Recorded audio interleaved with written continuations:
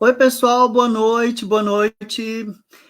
amigos e amigas da Rede Liberdade do Facebook. É com muito prazer e honra que eu estou aqui ocupando esta bancada para fazer um informativo da Rede Liberdade. Eu sou Murilo Guimarães, sou antropólogo, um poeta, escritor, e a partir de agora eu ocupo aqui este lugar nas quintas-feiras, às 8 horas da noite. Vamos então começar hoje falando sobre violência no Brasil. Nós vamos tratar da reunião de Bolsonaro com os empresários e o que isso tem de violento. Vamos falar também do infeliz e tristíssimo caso do garoto Henri Borel, do Rio de Janeiro, e o seu provável, suposto, ainda suspeito assassino, o vereador Jairinho. E, por fim, vou falar um pouquinho aqui do relaxamento do confinamento em Portugal, porque eu resido em Lisboa. E aí, quando voltar, a gente começa a falar sobre esses temas. Boa noite, Alexandrina. Então, até já. Vamos começar aqui o informativo.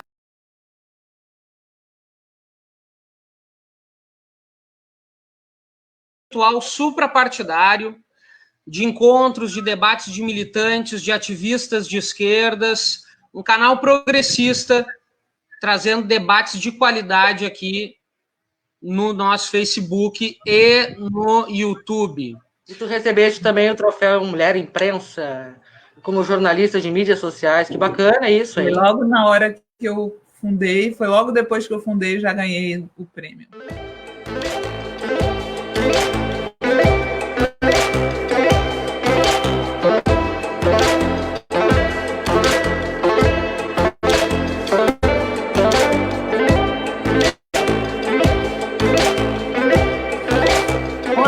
Eu tenho defendido já há algum tempo, em alguns lugares onde me perguntam isso, que a gente já pode ver traços fascistas, ou pelo menos proto-fascistas, no Brasil lá em 2013. Este foi o fato que desencadeou todo o processo que culminou 16 dias após, no dia 2 de outubro de 2017, com o suicídio do meu irmão. Mas eu vou colocar um contexto aqui, para tentar entender por que eu concordo com a tese de que a perseguição e a Lava Jato contribuíram para a morte da Marisa. E aí depois me incluiu nesse grupo que fez uma ameaça de morte mesmo, falou que era para tirar a matéria do ar, do caso contrário, a próxima matéria seria de quantos tiros a gente levaria.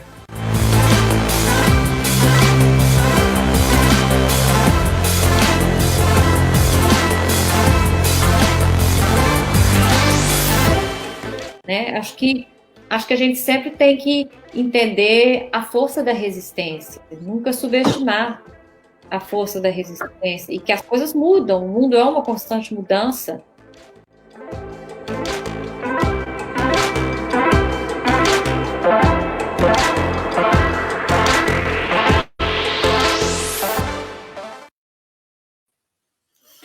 Pronto, gente, vamos começar aqui. Alexandrina, Rede Liberdade na Resistência Progressista, é isso aí. E a gente hoje tem que resistir ao neoliberalismo, essa tem que ser, a meu ver, a agenda principal. E nós estamos, nesses últimos dias, sendo bastante atingidos, porque a gente pode imaginar que sejam exemplos de como o neoliberalismo ele usa da linguagem, para nos trazer algumas armadilhas. E a legislação é um desses mecanismos por onde a linguagem se coloca, se fortalece, se torna poder, Poder no sentido de conseguir nos impor determinadas formas de agir.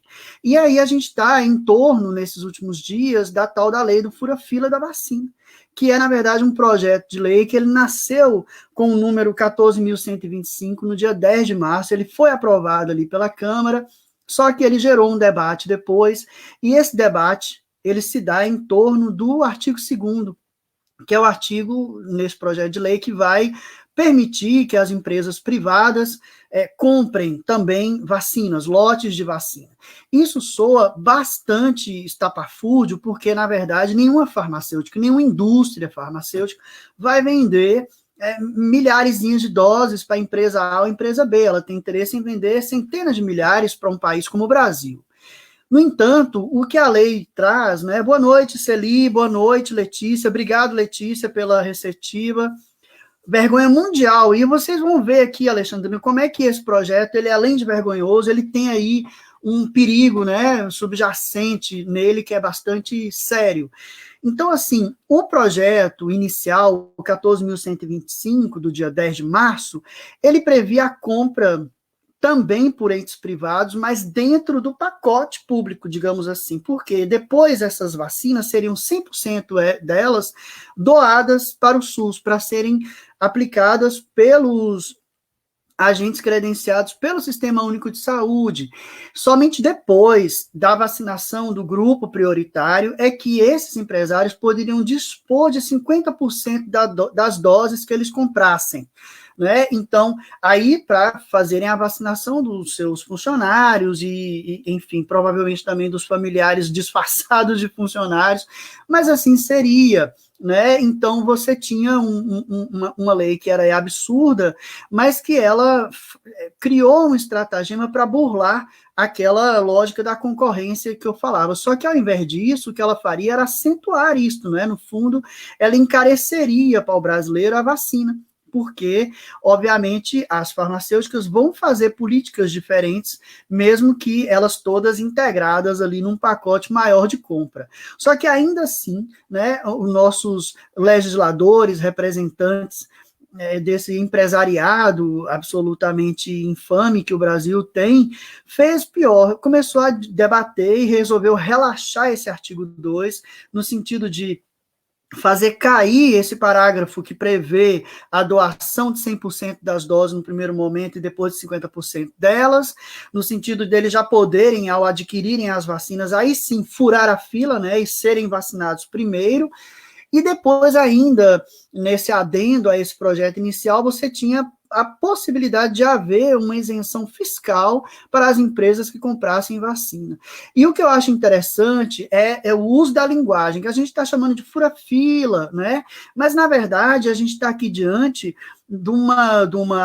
da parábola do como é que chama? Do escorpião nas costas do sapo, né? Quando vai atravessar o rio. Porque as vacinas, assim como no Brasil, elas são desenvolvidas, são pesquisadas a partir de fundos públicos, ou seja, são os estados, né, inglês, o chinês, o norte-americano, o brasileiro, enfim, que vai fomentar a pesquisa, mesmo que ela seja feita em laboratórios privados. Então, em princípio, é um bem público, deveria ser tratado como tal, só que você já tem aí um entendimento internacional de que para essas vacinas, pelo menos as vacinas até agora conhecidas, né, elas são vendidas, elas entram na ordem do mercado.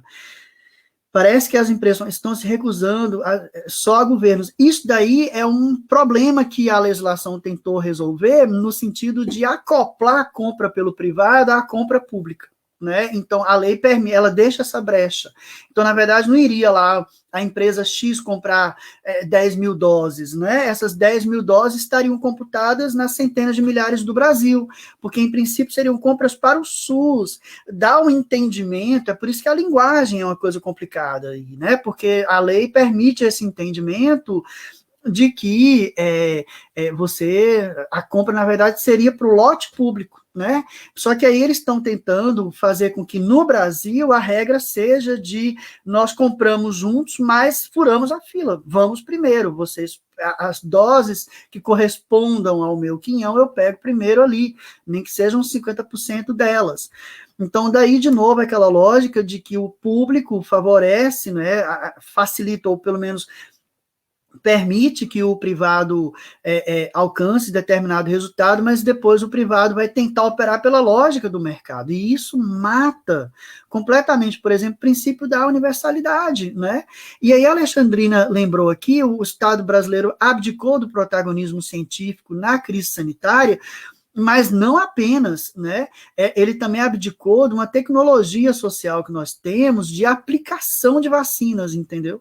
É algo muito mais impactante, se a gente pensar bem, pelo fato de que o Brasil, por exemplo, quando ou em momentos em que foi, por exemplo, durante a vacinação da poliomielite, dada a janela etária, ele vacina 18 milhões de pessoas num dia.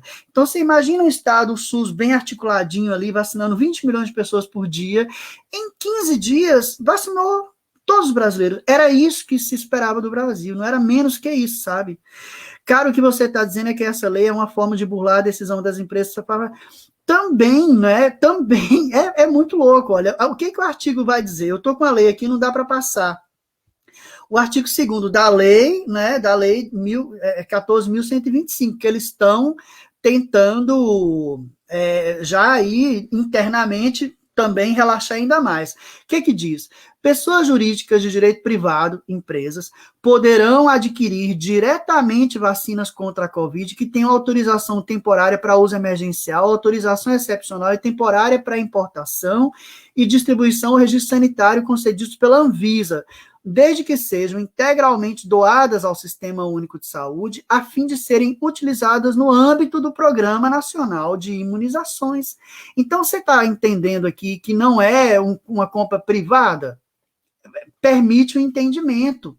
A questão é que a lei não vai dizer que ainda é quem operacionaliza essa compra, quem intermedia essa compra. Isso não está claro. Entende? A regulamentação dessa lei seria um escândalo absurdo, entendeu?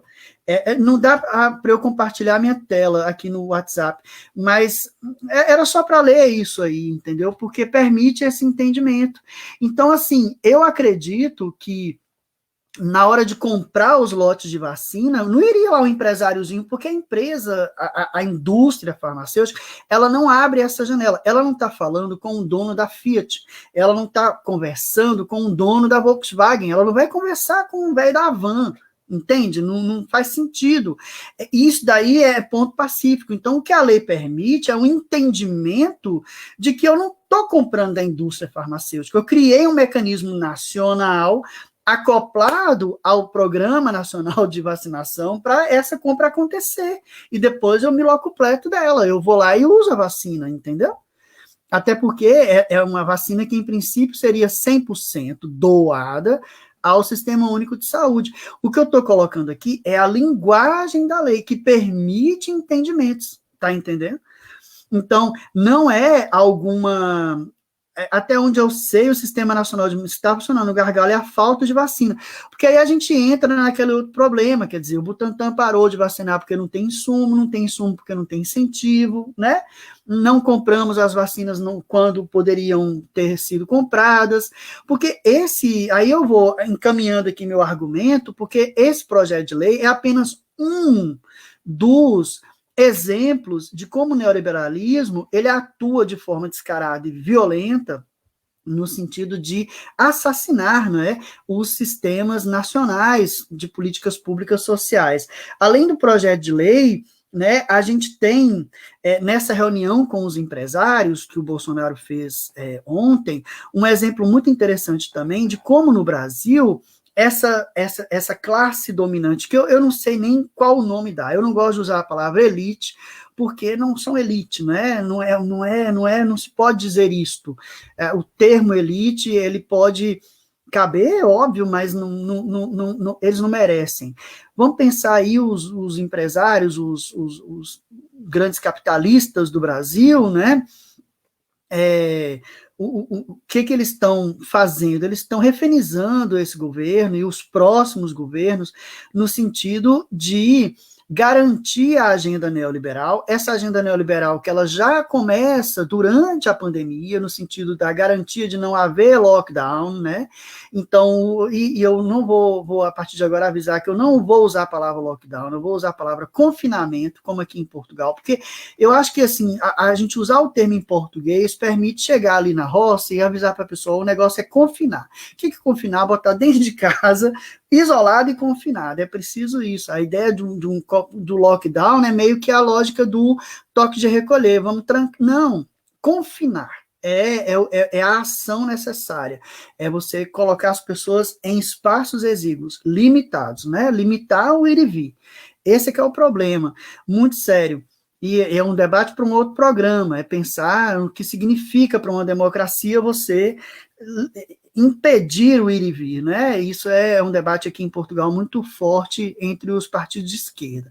Mas para nós aqui vai interessar pensar nesse compromisso do governo em não garantir o confinamento, em garantir que as pessoas vão continuar transitando e trabalhando, na reunião que ele foi ovacionado quando garantiu que não haveria lockdown, né? Quando garantiu seus esforços para facilitar projetos como esse da vacina, do fura-fila, e também quando comprometeu o Ministério da Saúde, na figura aí desse Quiroga, né, de fazer uma campanha para o uso de máscara, para o isolamento, o distanciamento social, desculpe, e para a higienização. Então, isso daí são medidas que elas não resolvem. A única coisa que resolve é o distanciamento social, é o confinamento, porque o uso de máscara e o uso e a higienização, elas são medidas complementares. Ou seja, eu estou confinado, eu tenho que ir ali comprar pão, aí eu uso máscara. Entendeu? Se eu sair para comprar pão, para passear, para ir consumir, trabalhar de máscara, resolve pouco. Não é confinamento, porque o vírus continua transitando, porque alguém tossiu, porque eu vou tossir, porque eu vou tirar a máscara para comer uma coisa e, portanto, não vai adiantar. Então, a máscara ela é um recurso complementar. E aí, o que essa reunião com os empresários faz, nos mostra, nos traz, não é, enquanto informação, é que o governo continuou comprometido com a chacina, com o genocídio, né, com a manutenção das coisas como estão. Então, tudo que ele disser em contrário é retórica, não existe. Por quê? Porque ele se compromete com esses empresários, com essa classe dominante, essa classe de predadores, como diz a Letícia, ele comprometeu-se em manter as coisas como estão. Nessa retórica fajuta, e que é também ela muito violenta, de que a economia, ela seria algo a ser tão prioritário quanto a própria vida humana. E aí a gente tem aqui, eu vou pedir para o Adriano colocar um tweet do Gregório do Vivier, que é um tweet muito elucidativo e que ele vai resumir, né, o que a gente está falando aqui. O Gregório do Vivier vai dizer que ouviu o Luiz Henrique Mandetta, o ex-ministro da Saúde, que agora está aí bradando o antibolsonarismo, falando na rede social Clubhouse, o seguinte, abre aspas, Bolsonaro matou muito CPF, mas o Lula matou muito CNPJ. E aí o Gregório de Vivier comenta, né, PQP, esse é o centro. Mas para mim, essa frase, ela é muito mais elucidativa desta violência implícita, né, e necessária para a implementação de toda e qualquer política neoliberal. As premissas, elas são no sentido de desvalorizar a vida humana. É sempre assim. No caso do Brasil, você tem um efeito ainda mais perverso sobre a vida do pobre e do preto, né? E isto é apenas, ou não posso dizer apenas, mas isso é uma marca de um país como o nosso, né, com a história colonial que a gente tem. Mas essa lógica de que matar CNPJs, que é uma mentira, todo mundo sabe que o governo Lula e Dilma, pelo contrário, né, nunca houve tantos CNPJs em funcionamento como naquele período, as pessoas mentem também à vontade, mas o que importa é essa equiparação entre a vida de uma empresa, de uma pessoa jurídica, de uma abstração à vida humana. Quer dizer, para ele, 340 pessoas mortas, né, teriam o mesmo peso retórico do que, sei lá, quantos números ele iria jogar aí de CNPJs mortos, mas esta é a grande aberração, né? E é sobre isso que a gente está falando, sobre violência, sobre linguagem de violência. E aí eu vou partir para o próximo ponto. Porque assim, gente, no Brasil de 2013 para cá, mas principalmente depois do Bolsonaro, de 2018 para cá, aliás, vamos colocar a campanha em 2016, né? Antes, sei lá, vocês escolham aí de 2009 para cá, quando é que começou isso. Nós temos a agenda pública invadida por uma linguagem, ou por um conjunto, um vocabulário, né, cada vez mais assustador, cada vez mais violento. a gente está lidando com protagonistas de ações muito aberrantes, né? E o que eu vou falar aqui está na internet. Eu tenho aqui abertos Yahoo, Terra, G1, né, BBC, CNN, e vocês vão encontrar isso, basta procurarem. Nós vamos falar do caso do menino Henri Borel, uma criança de 4 anos que provavelmente foi morta a pancadas, né, violentas na casa onde vivia com a mãe e com o padrasto, que é um vereador eleito em 2018, foi o 16º mais votado do Rio de Janeiro, em 2020, desculpem, pelo Partido Solidariedade, sendo que ele começou a sua carreira lá atrás, em 2007, no PSC, Partido Social Cristão, que é o mesmo partido que era do pai dele, que é o Coronel Jairo. Esse senhor também tem aí uma ficha corrida muito grande, né? E esse homem é o conhecido doutor Jairinho, é um médico de formação, mas que nunca exerceu a medicina e que fez a vida política, num primeiro momento, num partido fundamentalista cristão, que é o PSC, migrando depois para o Solidariedade, porque ele tem, na trajetória dele, tanto o apoio ao Crivella, né, ele foi linha de frente do Crivella, foi líder do governo na Câmara, do governo Crivella, só que em 2020 ele migra para o Eduardo Paes. E aí ele nesse inteirinho ele troca de partido e passa a promover a campanha do Eduardo Paes. A ligação dele com as milícias, ela é subentendida, né? O pai foi apontado em 2008, né, como um preposto miliciano, mas isso eu nem encontrei fontes, não posso aqui colocar. Apenas tem uma nota a dizer isso, né, que ele era citado na CPI das milícias do ano 2008, mas existem boatos, por exemplo, esse doutor Jairinho, que não vou chamar de doutor, esse Jairinho, né, que tinha um número 77, alguma coisa, que é o número do Solidariedade, 77123, a grande área onde ele foi mais votado, seu grande berço eleitoral é uma área dominada por milícias, né? E assim, é claro que somos levados a supor. Ele não tem uma associação muito direta. Eu ouvi hoje alguém falando que ele assessorou a campanha do Flávio Bolsonaro. É provável, mas eu não encontrei uma fonte, não posso dar aqui como uma certeza. Mas ele está articulado ao bolsonarismo. Claro que está. Junto com ele, outros protagonistas não tão, aliás, tão infames quanto eles, como, por exemplo, a deputada Flor de Lis, né? Mas aqui o que importa para a gente é sair um pouquinho dessa biografia política dele e pensar o que ele está trazendo para a agenda política agora, né? A agenda nacional, do que nós estamos falando a partir de uma atitude de uma pessoa ligada à direita carioca, do mesmo lugar de onde vêm os Bolsonaro, de onde vêm outras aberrações políticas, e que alcançam a agenda política nacional. Nós estamos falando de um caso policial que vai fazer com que a população brasileira comece a pensar em sadismo, psicopatia e tortura de crianças, porque o que as matérias trazem, e hoje houve uma entrevista coletiva, né, em que existem mensagens da mãe da criança e da babá dando conta de chutes e rasteiras e espancamentos já dessa criança, e o inquérito já conta com depoimentos de antigas namoradas e a antiga esposa que, além de terem, a antiga esposa foi agredida, mas as suas crianças foram reiteradamente agredidas por ele. A menina, filha da ex-namorada, relata afogamento na banheira, né, e murros e pancadas.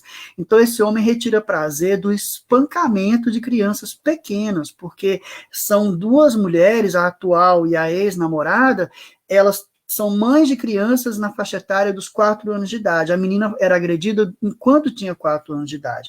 O garotinho faleceu, o Henri Borel faleceu quando tinha 4 anos de idade. Então é um homem com uma pele, né, de cordeiro, de coelhinho da Páscoa, do médico. O slogan eleitoral dele foi trabalho constante, árduo, incansável, por amor ao Rio. Esse era o slogan dele. Então, ele era esse cuidador, né, o doutor, nunca exerceu a medicina, mas ele impunha o título para dar esta noção de um médico, de um cuidador. E, no entanto, é esse homem que vai trazer para a agenda pública estas imagens horrendas, né, de uma pessoa psicopata, sei lá, um criminoso serial, torturador de crianças. Soma-se a ele a assassina do marido, Flor de Lis. Aí você tem o extermínio, porque os bolsonaros são ligados a esses grupos, né? Existem inúmeros casos e matérias que articulam o bolsonarismo, feio, o atual presidente fazia apologia a grupos de extermínio, aquele caso conhecidíssimo dele dizendo que se a Bahia quisesse, pudesse mandar para o Rio os grupos de extermínio da Bahia, né? O Adriano, que é morto, exterminado, ele próprio, um comandante do escritório do crime, gabinete do ódio. Vocês estão vendo que a gente está atolado de palavras e informações de extrema violência, de um grafismo que a gente nunca pensou que pudesse lidar. E aí você tem a última palavra, e a mais impactante, que é genocídio, que entrou para a agenda pública na última semana, porque o Brasil bateu a marca de 300 mil mortos, quando não precisariam ter morrido nem 100. Então, assim, você tem na conta do presidente hoje, né, a partir do que se poderia supor de quantas pessoas morreriam se houvesse o confinamento e tudo fosse feito de forma científica e ordenada, você pode ter aí centenas de milhares de pessoas mortas em vão, em função de uma ação deliberada, segundo o grupo de trabalho da doutora Deise Ventura da USP, de uma ação deliberada, né, de um genocida. Então, eu estou trazendo aqui, desde o primeiro momento, uma constatação que é uma agenda política e econômica assoberbada, encharcada, inundada de muita violência, né? De palavras e expressões que vão fazendo com que a nossa consciência vá cada vez mais conhecendo o mais obscuro da mente humana, do caráter de uma pessoa, né? Isso é o Brasil de hoje. O fascismo à brasileira, ele é, na verdade, um projeto privado de implementação de ações de violência do mais baixo, né? Do pior que se pode esperar de um ser humano, a partir do próprio mandatário. Então, eu até anotei, não é? Que é o extermínio como norma, né, e o sádico como líder. É isso que está nos governando hoje. Então, você tem uma agenda neoliberal que ela é, por si só, muito violenta, se aproveitando dessa subestrutura, né, de crime privado, de sadismo, de extermínio, para lançar sua agenda econômica. É isso que dá sermos um país subalternizado, né, e ainda vítimas aí de séculos de exploração colonial. Estou falando para caramba, só tenho 2 minutos, e eu queria só pincelar um pouquinho aqui a situação em Portugal. Eu vivo em Lisboa, mas eu queria também que vocês deixassem comentários, como é que vocês receberam essa minha fala aí sobre a linguagem de violência, né, que a gente está assoberbado aí. Digam coisas que eu vi que vocês calaram quando eu comecei a traçar essa análise. Isso daí é uma coisa que é um ensaio etnográfico, né, de alguém que está olhando para a realidade e essa é a marca que salta.